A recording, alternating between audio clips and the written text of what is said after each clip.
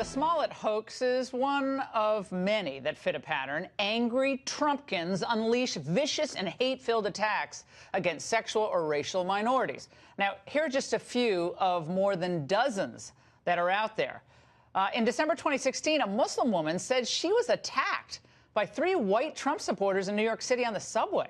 She said they tried to rip off her hijab. Well, it never happened. And then one day after the 2016 election, a student at Bowling Green in Ohio said that white males wearing Trump shirts threw rocks at her and hurled racial slurs. Protests in a university town hall ensued. The student made up the entire incident. And in September of last year, a woman told police on Long Island she was driving home when 4 teens confronted her and yelled, "Trump 2016." And then they told her, quote, she didn't belong here. That, too, was made up. Here now is Dinesh D'Souza, conservative filmmaker and author. Dinesh, what does this tell us about the current political climate and the culture today? Well, the first thing it tells us is that these fake racial incidents have become normalized. When the Tawana Brawley case broke a generation ago, this was a bogus racial incident involving an African-American woman who had claimed to have been abused and battered.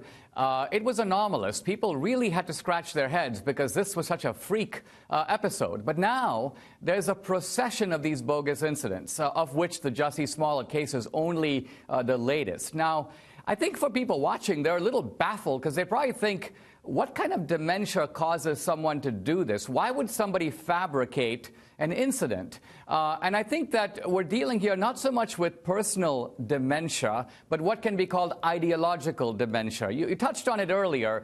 There's a narrative here that they're trying to advance. The narrative is that the MAGA supporters, the Trump people, are a bunch of racists. Now, it's obviously a tribute to the Trumpsters that they are not racist, because the Jussie Smolletts, despite being black, despite being flamboyantly gay, are going out there looking for people to pick on them, and nobody is. So the facts are not supporting the narrative at all. So they figure, why not make up the facts? Why not adapt the facts to the narrative rather than the other way around? And I think this is the demented psychology, the demented progressive psychology that drives these racial faked incidents. And the second reason for them is that they get away with it.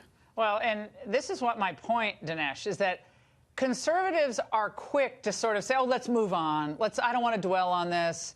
And the fact that we don't have people in jail after what happened to Brett Kavanaugh, with that Julie Swetnick, what Avenatti was pushing, all the promises of evidence of how he was drugging people, spiking the punch bowl, gang rapes, you know, and then, people just want to move on from that? I say no way. Otherwise, that stuff continues. Same deal with this Smollett case. It occupied everybody's time, and the Chicago PD was demonized. And, of course, Trump supporters are made out to be these horrible, awful, terrible, rotten people because, look, your people are doing this to this poor actor.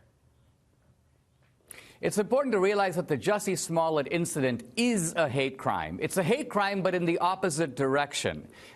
Remember, if Jussie Smollett basically wanted to go and beat himself up, that's not against the law.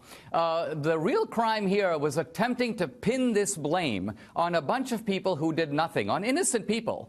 And it is this idea of trying to ultimately frame Trump supporters for something that Smollett himself perpetrated. So he's the perpetrator masquerading as the victim. It's very important that he be held accountable for that. Otherwise, the left basically thinks, let's keep trying this stuff. When it works, it works. When it doesn't, we get away with it.